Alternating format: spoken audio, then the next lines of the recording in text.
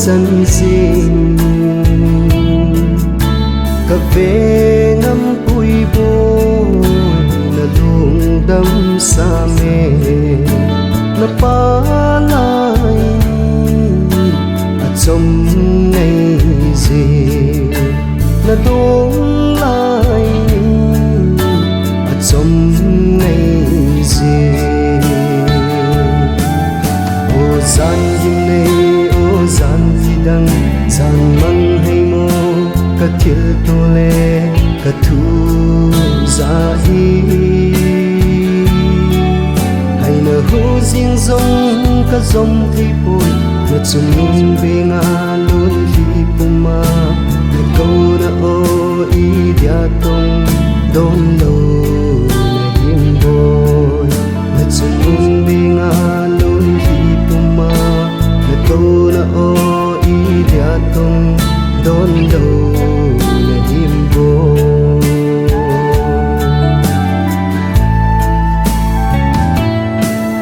thằng con đâu có là cô tình về là lung ôi ngam là chung lê dô là liền vui xanh những các câu nào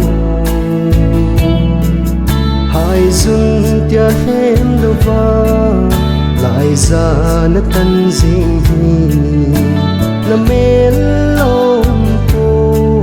xuồng măng gian mong hầm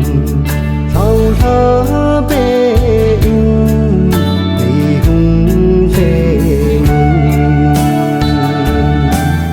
ô gian dinh này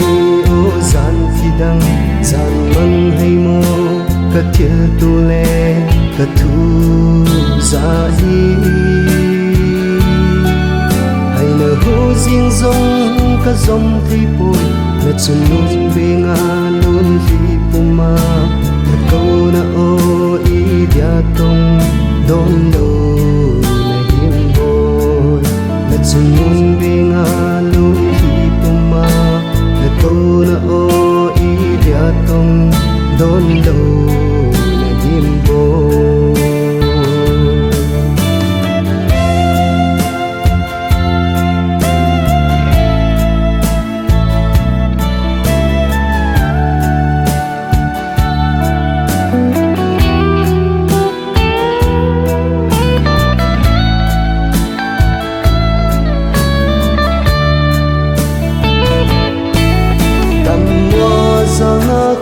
chung là lùi lại chừng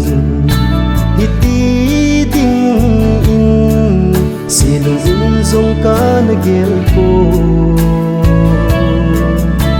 cả ít na lô mê cả ngày na lô mê tôi thinh lâu băng đồn tí lệ chừng na chung số xì dung mô ngàn tê ô gian dinh này ô gian gì đăng gian măng hay mô cả thiệt tu lê cả thu ra đi hay nở hô riêng rong cả rong thì bồi là chân luôn về ngã luôn khi bùm mà